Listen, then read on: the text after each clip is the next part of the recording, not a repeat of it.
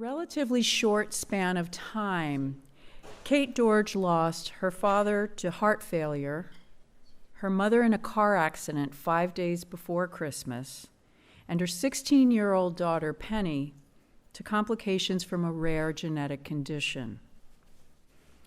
In the teeth of her grief, most of what she was hearing and reading from well-intentioned sources was not helping.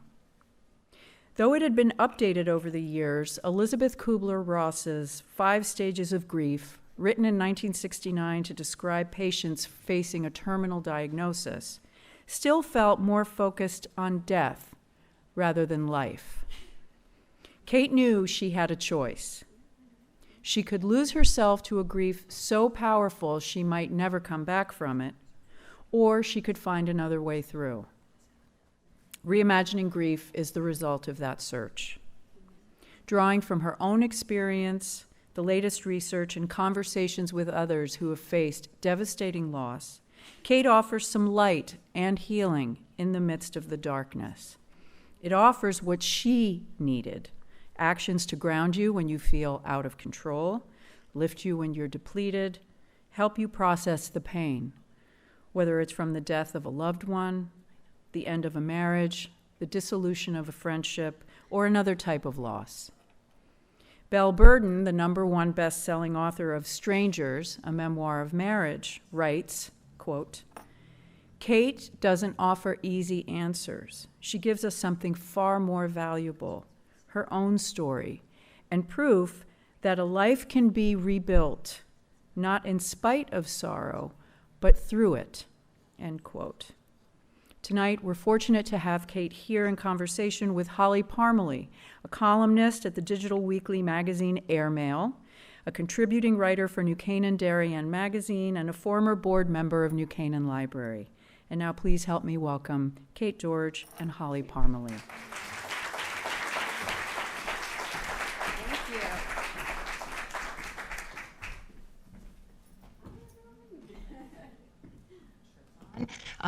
Thank you so much for being here, Kate. We are thrilled. I'm so thrilled to be here. Thank you for having me. I think what's hard is when I was telling friends, nobody wants to ever talk about grief. It seems like a complete downer, but it's something that every single one of us will experience. So why would we not want to learn a better way to handle it and deal with it? And that is what Kate has given us with this book. So thank you so much for sharing your stories to help all of us going forward. Well, thank you. This is the book that I wanted when I lost my father to heart failure, my mother in a car crash 5 days before Christmas, and our beautiful daughter Penny at age 16. And with each of those losses, people would send me the most depressing books. And I just didn't want to be told that I was going to be sitting in it and that these stages were going to wash over me and that I didn't have control. And so when they sent those books telling me I was going to be in denial and I was going to be angry and I was going to be depressed, bargaining for what? To bring them back? And then finally I was going to have acceptance. By the way, those 5 stages of grief were written in the 1960s, as you heard. Today is 2026, in a year where we can reimagine how we move through grief. So this is what I did. Well, you obviously had a dramatic uptick on learning how to deal with grief, with what you've been through. And when did you come to the point that you realized, I want to do this differently? Well, I think it started, honestly, with my dad's advice the night before my husband and I got married. And we were down in Florida for this big, beautiful wedding, and my father pulled my husband aside and he said, you know what, you've lived a charmed life. You have beautiful friends, you have beautiful family, but you will be challenged, and it's up to you how you decide to play the cards you're dealt in life. And Chad and I looked at my dad and we're like, you're really killing our vibe here. But it was my dad's advice because he was my greatest role model. You know, he was a Marine. He had studied to be a priest. He was such a force that was filled with so much faith that I think I recognized at that point that what he was telling us, you know, I really should hold on to that.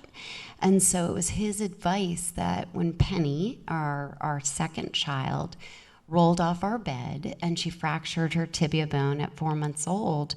We raced up to hospital for special surgery, and we were told not only is it a fracture, but it's something very rare. 1 out of 300,000 people have this. It's called neurofibromatosis, or excuse me, 1 out of 300,000 people have a bowed tibia bone, which is called congenital pseudoarthrosis. And because it's so rare, they only see it under the umbrella of something called neurofibromatosis, NF. And we were holding Penny at 4 months old, and Chad and I looked at each other and said, we have a choice. How are we going to play these cards we're dealt? Are we going to feel sorry for ourselves? Or are we going to bedazzle her brace she wore every day and accessorize her cast to match all of her outfits? So it was a choice, and that was the same thing as we approached the 15 surgeries Penny had in her life, 7 on her leg and 7 to remove the reoccurring brain tumor. And it was the choice. How do you play the cards you're dealt when your father passes from heart failure and your mother dies 5 days before Christmas in a tragic car accident? So his message really stuck with you. It's everything. And told you how you wanted to go forward. And I love the bedazzling of the cast. It was kind of leaning into the situation is happening and how are we going to make it better for her. Yeah. Because that's the only thing you could control. It was the only thing, and that's the same thing as I talk about with grief. How can we have agency? How can we have control during an otherwise completely uncontrollable time in our lives? Because if you've experienced grief, you know it is destabilizing, it's messy, it's isolating. You have such lack of control, so why not take control over how you move through grief instead of being told you're gonna sit in it and you're just gonna wait for these stages to happen to you, and you're gonna sit in the dark. For me, I didn't accept that. I didn't want that. And what about with your husband? Because obviously people handle grief so differently. Was he on the same page as you, or did you have to pull him along? I think because we started this journey with Penny at such an early age, it almost felt like a dress rehearsal, because with each, diagnosis that she has to have another surgery, with each new brace she had on her leg, with each new chemo, radiation, tumors that kept returning, we all had a choice. And we would look at each other and we'd be like, okay, we can either sit in the closet and cry all day, or we can do this for Penny and for our other 2 boys, and we can keep moving forward and make sure Penny lives the biggest, brightest, most beautiful life. And you did that, it was so moving in the book, for those that have not read it yet, but the final week of Penny's life, or what you thought might be, again, it could have been just alone with your family, but you chose something different. So tell us about that. Yeah, again, it was a choice we had, and Penny had lived such a big, beautiful life. She had the brightest, just energy around her. She was like a Pied Piper for little kids. She had such a beautiful group of friends. And so we recognized when the tumor had spread that we had a choice, and we could either sit in Memorial Sloan Kettering in a dark room feeling very sorry for ourselves, or we could bring her home and we could fill our house with love and light and music and bring in all of Penny's friends and have her dogs on her bed and all of those who loved her and love her up. And I talk about it in the book. We created a love cocoon. And I truly believe we sent Penny out on a rocket ship of love. And that phrase really stuck with me. I mean, who doesn't want to be sent out on a rocket ship full of love? I mean, It was just the greatest thing you could ever have possibly done for her. Yeah, because Penny lived more in her 16 years than most people do in 100. And that's the way she needed to be honored and celebrated. Because imagine that, in your last days, to feel that love and to feel that light and be sent out on a rocket ship of love. That's what we all should want. And the most amazing story, I had a friend just tell me a week ago. She said, Kate, when we all heard the news that you were bringing Penny home from the hospital, we couldn't believe it. And she said, we all were so devastated because no one knew what Penny had been going through, because she was leading through life with such positivity and resilience and joy. And, I always talk about Penny's favorite song was Walking on Sunshine. And it was literally her life's mantra. She just walked on sunshine. And so when this friend heard we were bringing her home, she said, I went on Amazon and I ordered all of these battery lit candles, because we had this vision that you were going to bring Penny home and you were going to be inside the house and we were going to create a vigil of candles around you to show you the light. And I started laughing, and she was like, I know, because when we got to the house, you brought us all inside. She said, you brought the light inside, because I can't imagine not doing that. Who wouldn't want the light inside? Well, it's a different way, and it's an important way of changing the narrative. Yeah. And I thought it was interesting that your in-laws came in and they were a little shocked. Very. They walked in and they were imagining this was their last moments with their granddaughter, and it would be a dark home possibly, and they walked into like a party. Different situation. Yes. Well, I always say my husband and I, and Polly, who's my cousin here, was with us during that week. And the only fight Chad and I had was over the music we were playing. It was like he wanted Fish or jam bands, and I wanted Yacht Rocks and 70s on 7. Because there was so much love in the house that when my in-laws walked in, and I know, listen, my parents weren't around for that. And I can't imagine necessarily what my parents would think of that. Right. But because they weren't around, I felt I almost had agency to do what I wanted to do and not be told this is how it has to be. And so we just led in heart first. So when my in-laws walked in, they were like, what's going on here? And I had a friend pull them aside, and she was like, you know what? Just sit. Just witness what's going on here, because there is so much love. And within, I think a few hours, they got it and they were into it. Well, let's talk about the old, outdated 5 stages of grief that we know, and you've created a new template. Tell us about the different 5 actions, yes, I think. So the 5 actions, I start with, again, grief is not linear, as we know. This is not like you're told this is going to be stage 1, this is stage 2. And I'm not saying this is action 1, 2, 3, 4, 5. This is what worked for me, because I know for me, connection was everything. So even in that last week, it was critical for me to bring people in. Here's a 16-year-old girl, and her girlfriends had never had loss before. So many of them had never even lost a grandparent. And so it was so important for me to bring those girls in, my boys to feel the connection, to feel supported, and not to be alone. And through this whole process, I've learned, scientific research showing we as human beings need each other. We cannot move through this life, and certainly not loss, alone. And there is research that shows that with grief groups that lessen the amount of time of prolonged grief, depression, anxiety, and PTSD by just being with someone. So connection was critical, and that is the first action I talk about, and that's what we did through Penny's last week, and that's what we did following her passing. It was so important to me to connect. And then, of course, celebration. I talk about celebrating our loved ones, because grief is not one thing. It's not one look. So why can't we customize it to our lost loved ones? Why can't we honor them for who they were instead of being cookie cutter? And in the book, I talk about how the loss of my mother, 5 days before Christmas, I had a visceral reaction when I walked into the church that we were raised in, the Catholic Church. Even though I loved the church, I recognized this is not my mom. Like, she would not want to wear black. She wouldn't want anyone singing Ave Maria and saying the same, prayers that they say for everyone. Because for me, when I talk about a life celebration, I don't call it a funeral. I call it a celebration of life. My favorite part is the eulogy. It's the stories people share of the loved ones they've lost.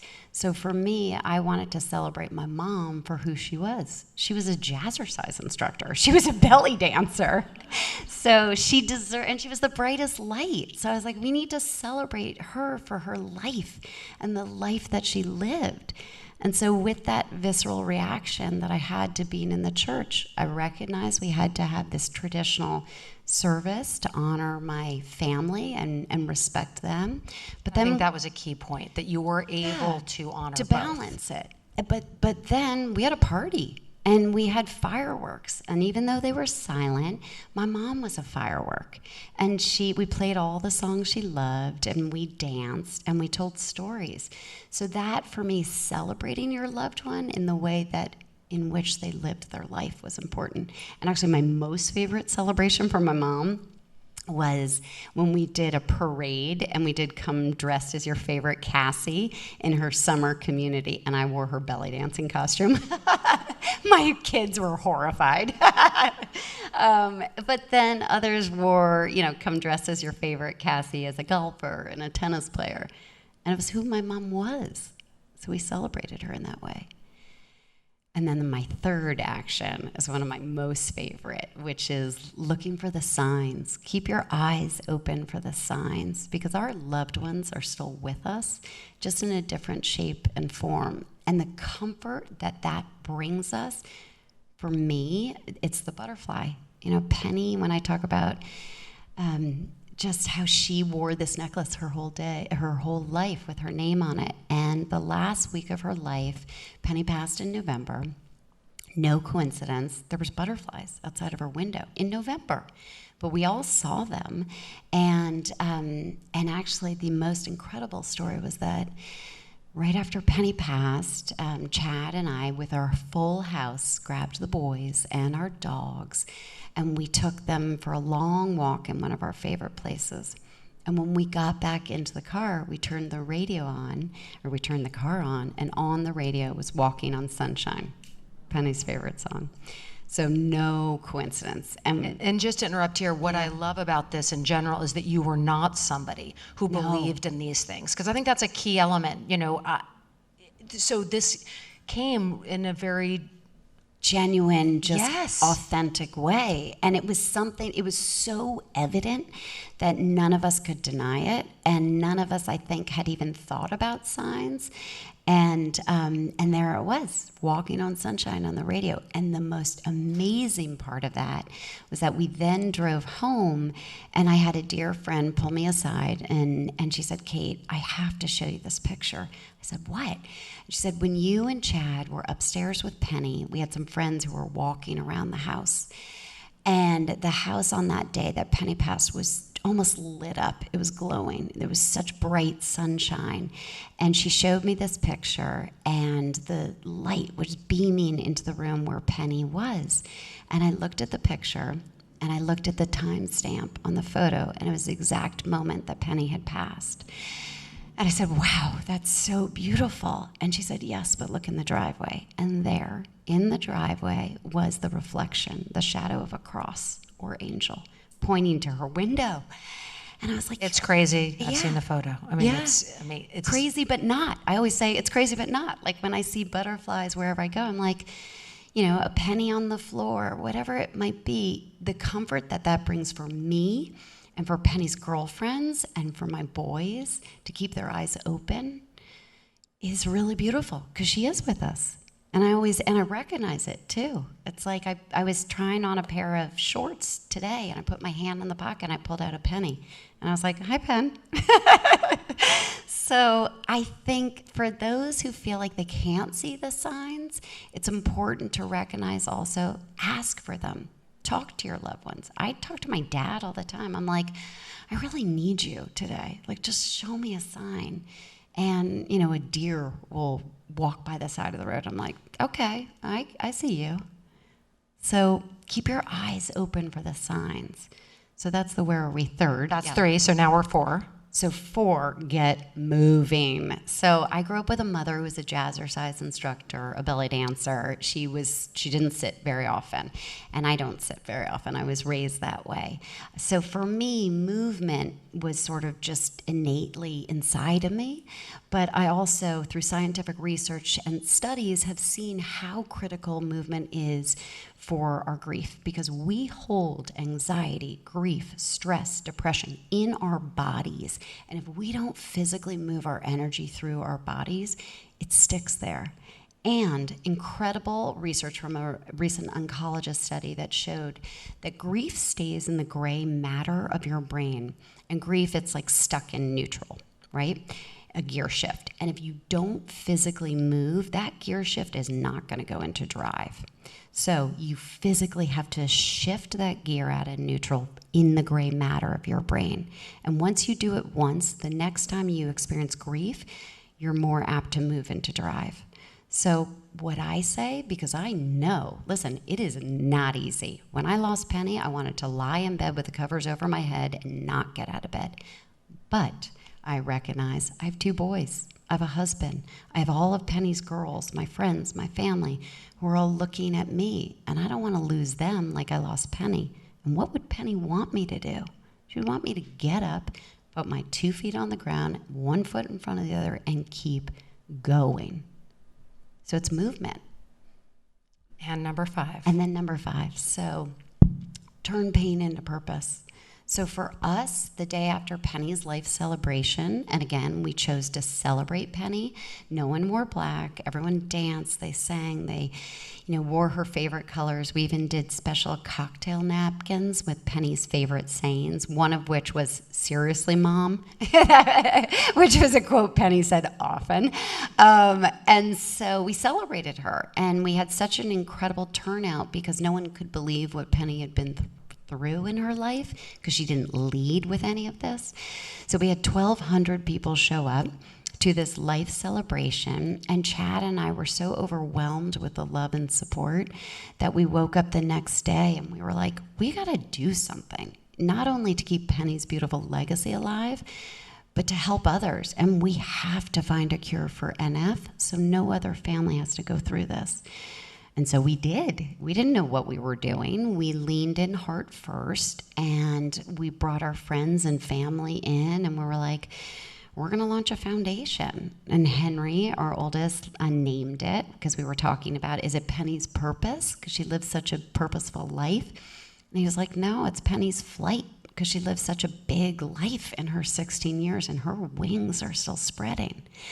So Penny's flight was launched. And 3.5 years later, we've raised over $6 million. We are funding critical scientific research for a cure. We have over 120 Penny's Flight chapters across the country at grade schools and high schools and colleges. And they're launching pop-up events to raise money for a cure. And it's incredible, because imagine. That has to give you solace on some level, too. Yeah, because when people say, I can't imagine losing a child, I say, well, imagine if you did. Imagine instead of staying in bed with the covers over your head, losing your other kids and your husband and your community, imagine instead you do something in their name and you raise funds to find a cure for their life and honor them in this way. Imagine that instead. But it doesn't have to be as big as a foundation, Holly, because I think people have asked me that, where they say, well, I don't know what to do. Turning pain into purpose. It can be, writing an op-ed piece for the local paper about mental health. If someone you lost, had struggled with mental health. A bake sale, raising funds for, another foundation for a condition that took your lost loved one's life. Well, what do you say? I think so many people struggle with the word joy in terms of loss, as if it's a betrayal of the person. So how do you answer that?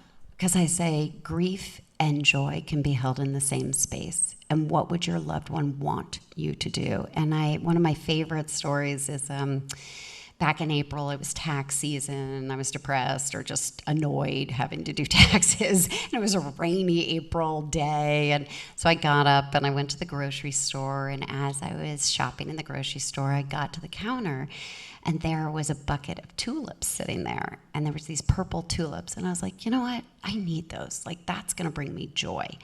So I picked up the tulips, I went to pay for them, I knocked something over, and I heard this clattering, and I looked on the floor, and there was these pennies rolling on the floor. And I was like, hi, Pen. And I just knew. She was like, keep going, keep reaching for the joy. That's what she would want me to do. So I think some people feel guilty reaching for joy and reaching for the light again, But honestly, what would our loved ones want us to be doing? They would not want us to be sitting in the dark. Well, you mentioned a bit about the science of grief. Tell us a little bit more of something that you learned that maybe surprised you. Well, again, just the importance of connection. All of these actions, I didn't have the scientific research to back all of this up because I just was leaning in heart first, feeling like what works for me. But then to hear these stories about, again, the gray matter, the research of how prolonged grief is shortened because of connections that we are making. For me, that was evidence enough that I recognize, okay, this is what we need to be doing. I also am a certified grief coach. Again, who knew that I'd be doing this? I did not know any of this. I know now that I'm living my life's purpose. But going through the grief certification, I learned this incredible exercise which talks about in order to mend a broken heart, you have to heal someone else's broken heart. I love that. I do too, because it's why can't we all do that? Reaching out to someone else while they're hurting helps us. And it's just a cycle of it gets us out of our own head to be able to help others because it helps us. Well, I think that people tend to avoid anything difficult, especially grieving is uncomfortable. Yeah. So what would you say, what was helpful to you and what was not helpful? Well, I think we need to change the narrative again around grief and how we approach it and how we talk about it with each other, even prior to losing a loved one. In the book, I talk about how having the conversations of who do you want by your bedside? Who do you not want by your bedside? What's the music you want played? What kind of life celebration do you want? How do you want to be honored? Those conversations that we have about our finances and our planning of our will and our estate, why can't we plan our passing, our celebration of life, how we want to be honored? So that's one. I also think that, when you have someone who's lost a loved one, a lot of times people don't know what to say. So a lot of times people don't say anything at all. And my advice every time is reach out. Even I'm here for you. I'm thinking about you. I love you. My arms are wrapped around you. And instead of just saying, I'm so sorry, why don't you say, tell me the most favorite thing about your mom? Well, tell us why I'm so sorry it doesn't work. Because there's no connection. You have sort of left it as, I'm so sorry, I'm putting you in a corner. But what if you say, I remember the time your mother taught me jazzercise or belly dancing, and she was the brightest light. That's what I want to hear, because that's what I want to remember about my mom, and that's how I want to keep her alive, and that creates a connection between us versus putting someone in a corner just saying, I'm so sorry. I think that's true, and I think that there is such a hesitation in our culture to even bring it up or mention it. We're paralyzed, and we choose to not say anything or something benign like that. But people want to hear about their loved ones, and that's, the saying of the longer you keep someone on your tongue, the longer they stay alive. So for me, I talk about Penny all day long. I talk of, she's always on my tongue. But I bet that's refreshing for your friends in terms of you're giving them direction. Yeah. Because you're bringing her name up, they would feel comfortable talking about her to you. Yes. So you're giving what you want. And creating connection again, so that we're all going through this together. And it's really beautiful because then, so many stories I had never heard just by opening myself up to say, I'm honoring Penny instead of I'm grieving her. That phrase, if you can imagine a different way of saying it, instead of saying I'm grieving, why don't you say I'm honoring my loved one? Because grieving sort of closes you off. I'm honoring my loved one. Someone's like, I want to honor with you. Let me tell you about that time that they did X, Y, Z. It's so true. And I think our culture, Western cultures, tend to focus more on a somber finality of death. And so many other cultures choose to celebrate and dance and have connection. Yeah. And that is what you chose for your mother's funeral, and seems to be the direction you're going in. Yes, and why not? what's the alternative? It's so dark and bleak. And for us as a culture, again, going back to the fact that these 5 stages of grief were written in the 1960s, look how much we've evolved from the 60s in every other aspect of life. I know we were talking about Dr. Spock. Why would we still be, Right. working our grief when we don't listen to Dr. Spock anymore? Right. And so why can't we reimagine how we move through grief, how we have these conversations, how we honor them, change the language? Well, and you do you have a sentence in the book, grief is a feeling, celebration is an action. I love that. And it is. It is. We can laugh and cry in the same space, but to honor our loved ones is a really beautiful thing because that is what they would want us to do. And the way Penny lived her life has really inspired how your entire family is living now. So just share a bit. This was a girl who grew up with this disease and didn't stop for a second and didn't. So just share a bit of that incredible personality she had. Oh my God, she was such a little spitfire. I mean, she was tiny, petite, but just so full of life and energy. And again, she was never defined by this diagnosis. So even though she wore this little brace on her leg, she did bedazzle it. And she had this big, beautiful group of friends, and no one knew what she was going through because when she would get a diagnosis, the tumor was back, Penny, we'd say, all right, well, let's go. Let's get it out, and we're going to go river rafting. And it came back again, and let's go. She has a 16th birthday to celebrate. So I think people just were so inspired by Penny, and our pillars of our foundation reflect her, which are finding beauty in imperfection, positivity in the face of challenge, and having faith over fear, because that's how Penny lived her life. And you had cards during all this difficult time of faith over fear pinned up throughout your home, which I thought must have been... Yeah, a friend of mine had given me a rock, this heart-shaped rock with the word faith. And I think I was raised, again, as a Catholic with my father, who was just so filled with faith. And again, just my father, as I was growing up, he'd always say to me, when my time comes, it comes.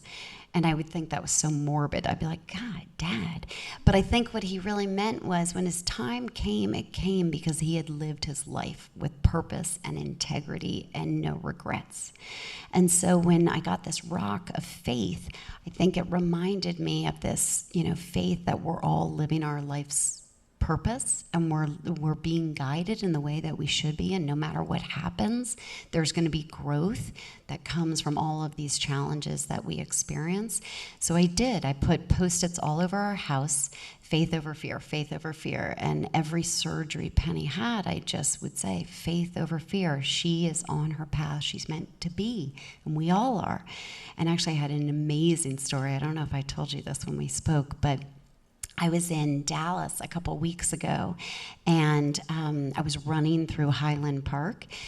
And just as a side note, we have an old 1983 Wagoneer, an old woody car in our driveway in Long Island. And so I was running through this neighborhood, and I ran around this corner, and I looked in this driveway.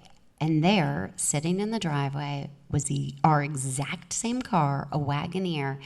And I looked at the license plate, and it said, Faith O' Fear, on a New York license plate, my exact car. I was like, am I being punked right now?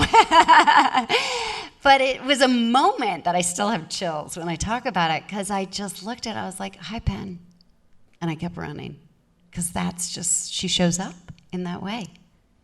Well, you did a TED Talk called How to Find Your Purpose. Do you think purpose is something you find or something that finds you, especially in the aftermath of loss? I think it's a combination. I think, as I say, we didn't know what we were doing when we launched Penny's Flight Foundation. We just were leaning in with our heart. I also think about purpose in terms of, I say this to my boys all the time, my background is PR, communications. I ran an agency for 21 years, was the CMO, and I always wanted to make an impact. And all my clients, I was like, which client's gonna change the world? Who am I gonna make an impact with? And now I look back on that, and this is what I say to my boys. I'm like, life is not a straight path, but if you recognize with every turn of every corner, you're growing and learning to get you to where you're meant to be, And that's your purpose. And do you call that post-traumatic growth? You mentioned that, which I kind do. of like post-traumatic growth. Well, at least something positive is happening. Yeah, well, because it's like the metamorphosis of a butterfly. Right.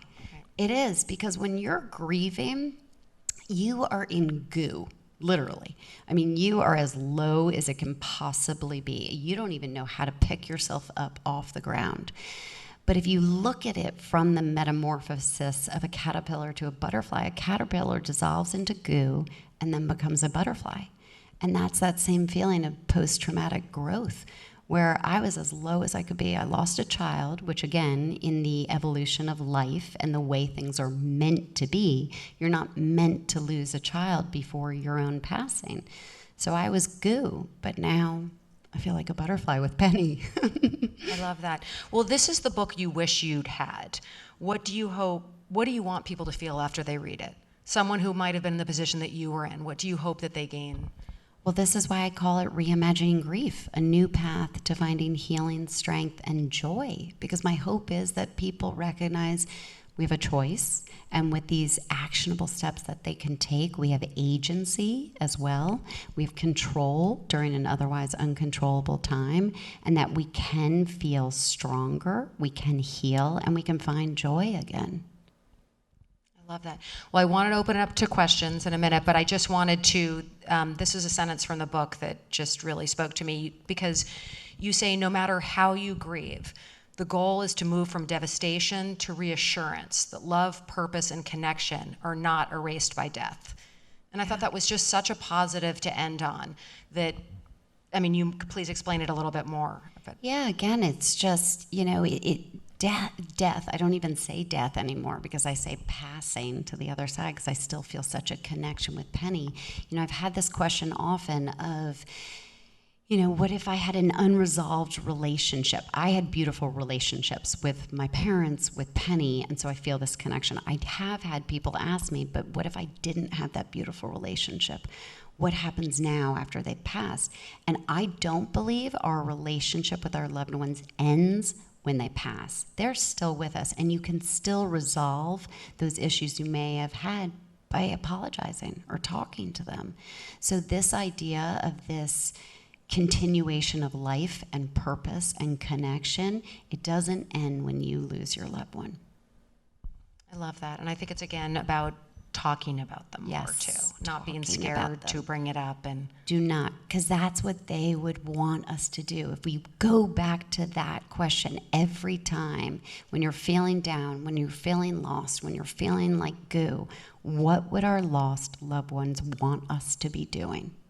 I had a friend, last thing, and then we can open it up, but I had a friend, because I do workshops and speaking engagements now, I had a workshop, and I had a friend say to me, she's like, Kate, I lost my dad, and I just want to sit in it. I just want to sit in my room, listen to Andrea Bocelli, because he loved it, and weep all day. I was like, okay, well, first of all, is that what he would want you to do? And she was like, I don't care, I just want to sit in it. I was like, all right, let me rephrase this. I said, what if, put those AirPods in your ear, take your dogs, listen to Andrea Bocelli, but go to the beach. Put your face in the sunshine and keep walking, moving forward.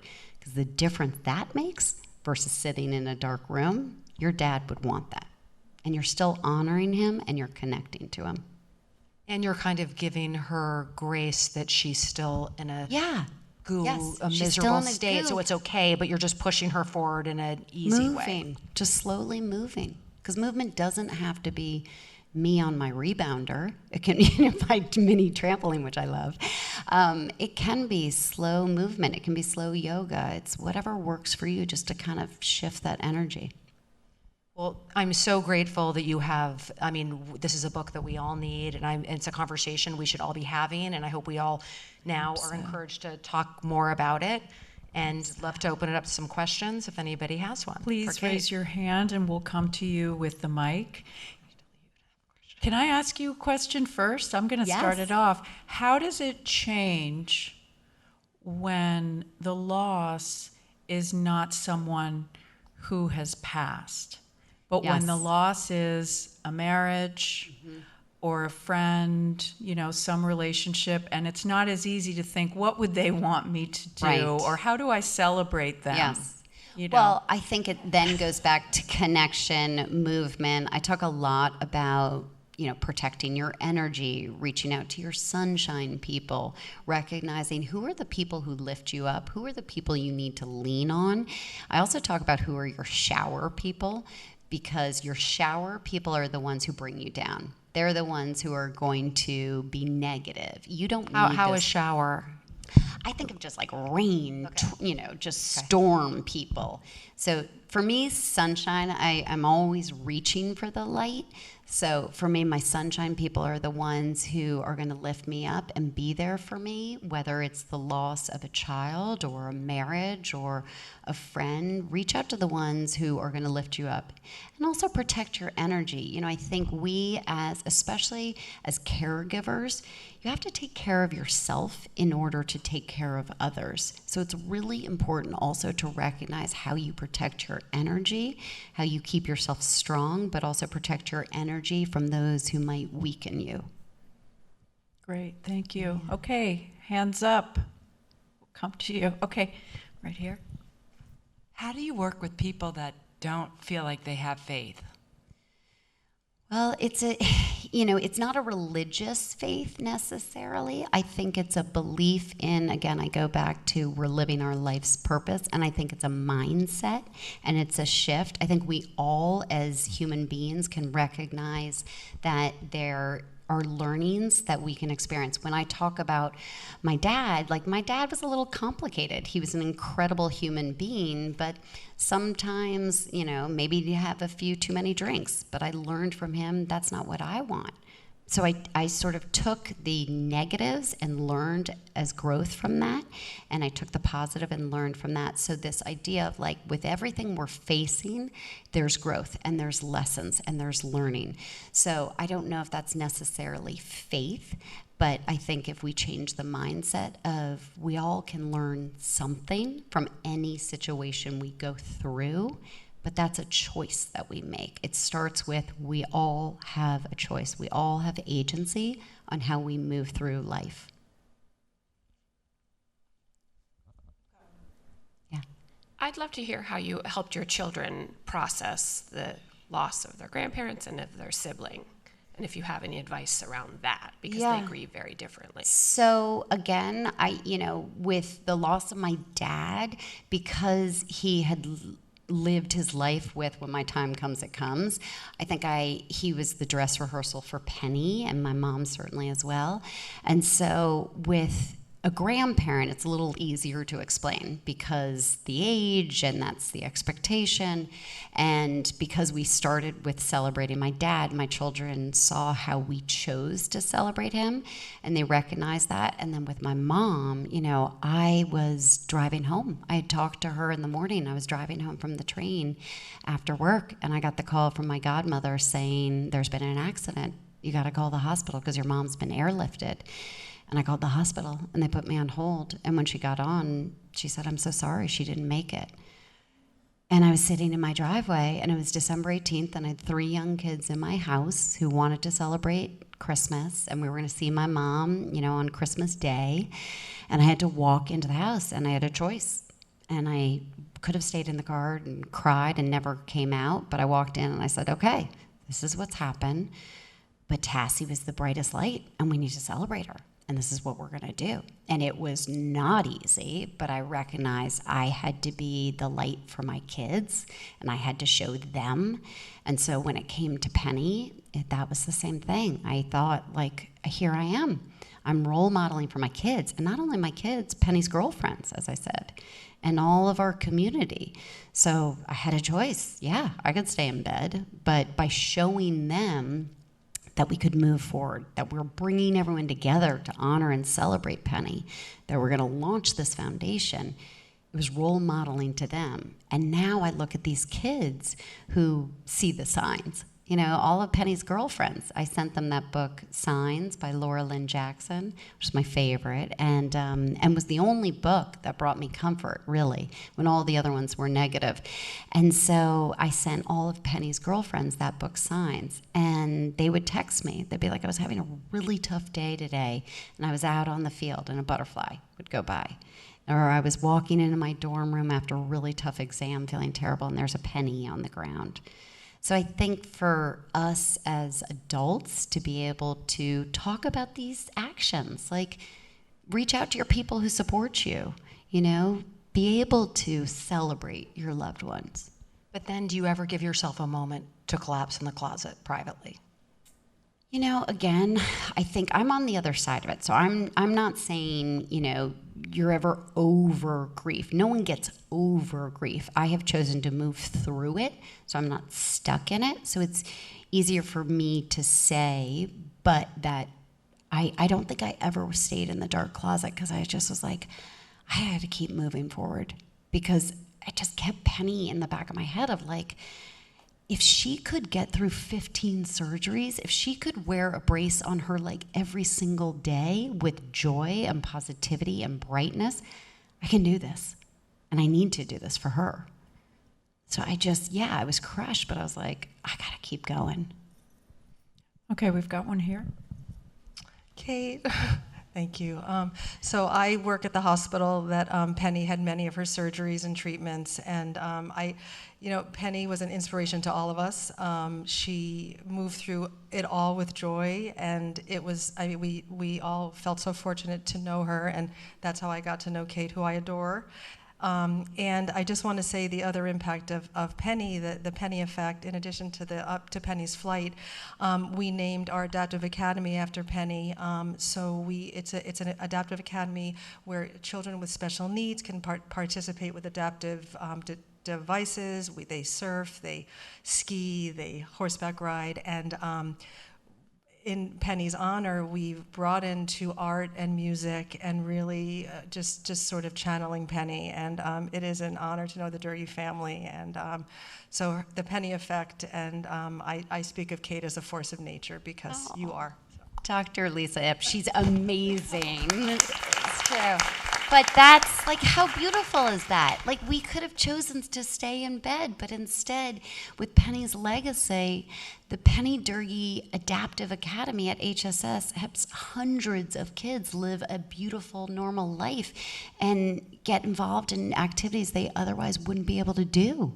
And that's Incredible. like one of my most proud moments is to be able to see these kids who wouldn't otherwise surf or be doing painting or ballet.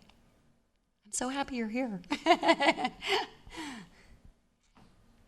Hi. Hi. So, how do you grieve your mother with Alzheimer's? I've had that question asked, and I think your mother is, I know this, still alive, so you still need to honor and celebrate her and create this love cocoon. You know, it was similar to Penny. It's whether it's Alzheimer's or someone who's passing to the other side in front of your eyes, they haven't left you. So it is hard because you're already grieving a life that they lived and they're in a different space, but I still believe that it's important to, again, create a love cocoon around them so they feel that love and joy. And for us, it was sending Penny out on the rocket ship of love, but even playing the music they love, you know, serving the food that they loved, keeping the pictures around them that bring them the joy. You know, it's just, again, taking some of these actions and applying it now to be able to honor them while they're still with us. Anybody else? Do we have, okay, Hi. right here. Yeah, I'm so glad you're here, Kate. I know, I love this. I'm so happy to be here. And I'm so honored to be your family, and I'm so incredibly proud of you to be on this journey. And you've done tremendous things, as we all can witness. I do have a story, 2 stories. Good. Well, one is,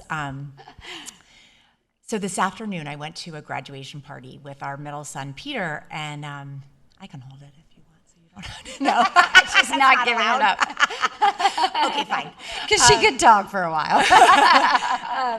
And I met this woman who also had a graduate, and I didn't know her son, I didn't know her before. And literally, I sat down at this table on a deck, and she was talking about signs that she thinks that she gets from her father. I mean, this is like out of the blue. Right.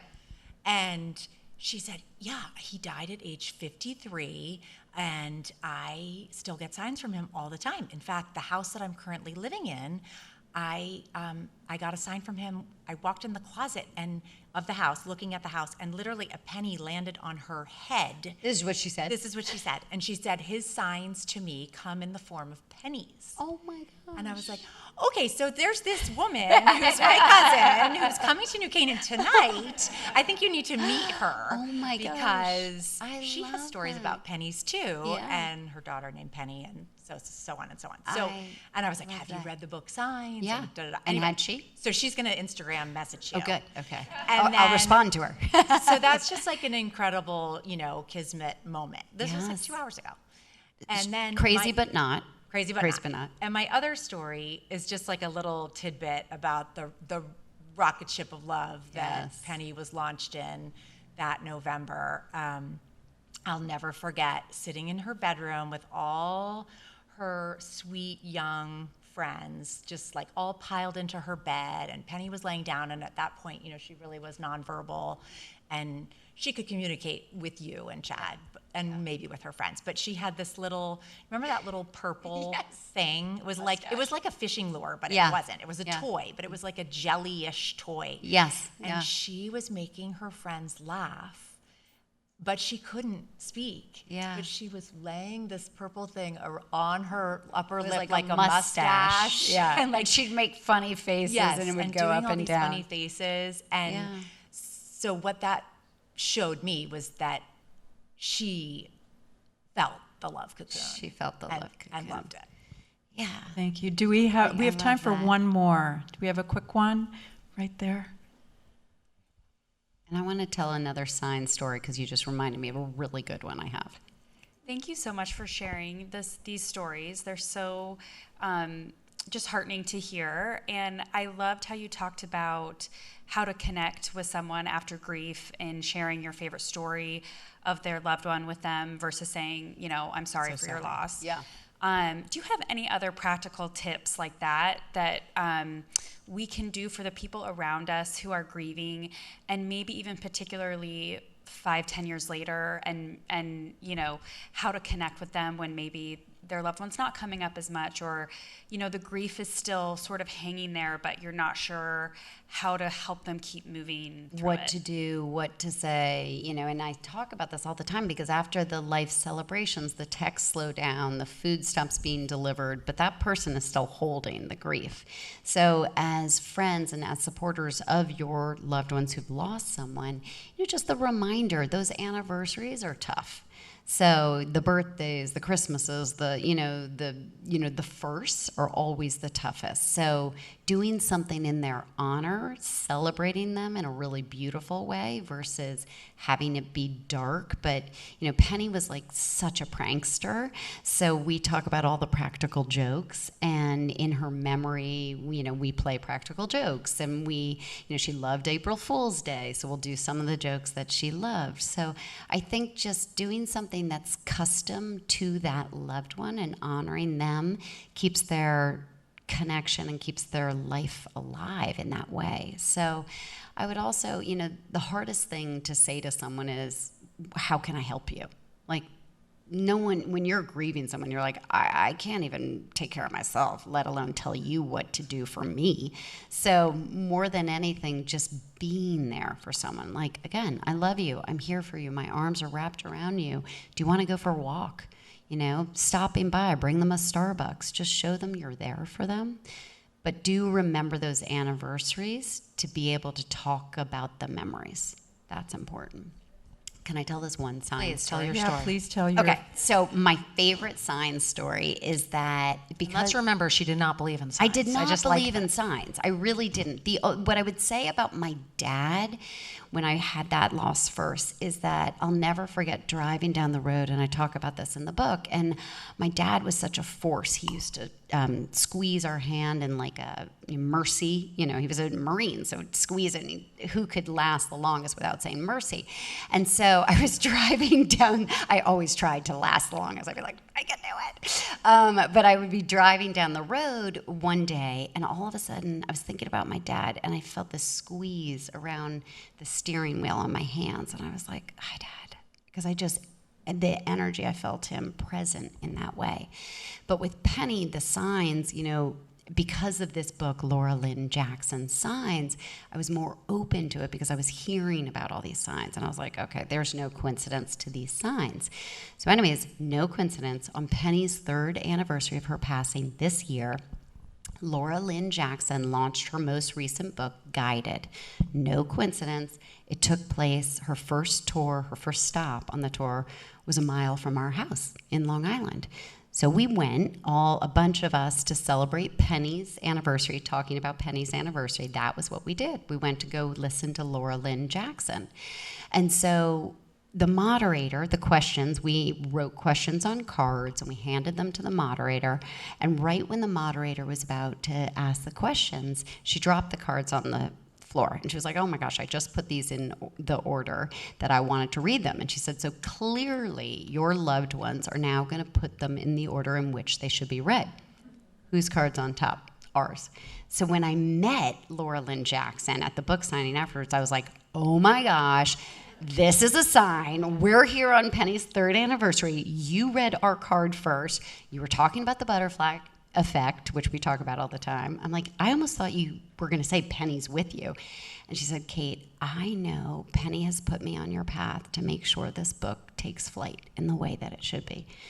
So I became such a stalker to Laura Lynn Jackson that I DM'd her, and I was like, I love you. I have a little bit of a girl crush on you. And she was like, I'm here for you. And I said, would you read my book? And she said, of course I would. And I said, well, would you write an endorsement? She was like, of course I would. I said, will you join me on my book tour? She said, yes. And she is. Anyways, the day that Laura Lynn's endorsement was due for my publisher, I woke up that morning and I hadn't received it yet. And I was anxious, feeling like, oh gosh, is it gonna come in? And I went outside to our yard, and my husband and all of his friends had created these owl boxes. We'd never had an owl, but this owl box was in our backyard for 4 months. And my husband has a camera on it, all of his friends have cameras. And he was away, and right as I'm walking outside, I get this phone call, and he's like, oh my God, we have an owl in the owl box. I was like, what? And I go over and I look up in the tree, and there in the owl box is the cutest, furry little chubby owl face. And I was like, oh my God, that's a sign. And so I run back inside, and I was about to call my co-author, and I opened up my computer for some reason, and there in my inbox was Laura Lynn Jackson's endorsement. And so I was freaking out. I was like, oh my God, that's a sign. I saw an owl. Here's the author of Signs who sent me my endorsement. I called my co-author, and I said, you're never going to believe this. I saw an owl. I just got the endorsement. My co-author's sister, who took her life years ago, her sister's name was Cassie, which is my mother's name. Her sister sends her signs of owls. So when I told Sarah that I had just seen an owl in the owl box, Sarah said, Kate, do you know what day it is today? And I said, no. She said, it's Cassie's birthday. You can't make that up. Wow. You can't make that up. So if you open your eyes to the signs, they're still with us. They're showing up. Well, I'm so grateful for you to be here and share this, and I think it opens it up for all of us to have hope and to learn so much and to be able to talk about our loved ones. And I'm just so appreciative for everything that you've done, and I'm in complete awe of you and your strength. Thank you. So thank you for being here. Well, thank you all for being here. Thank you both. Thank you, Kate, and thank you, Holly.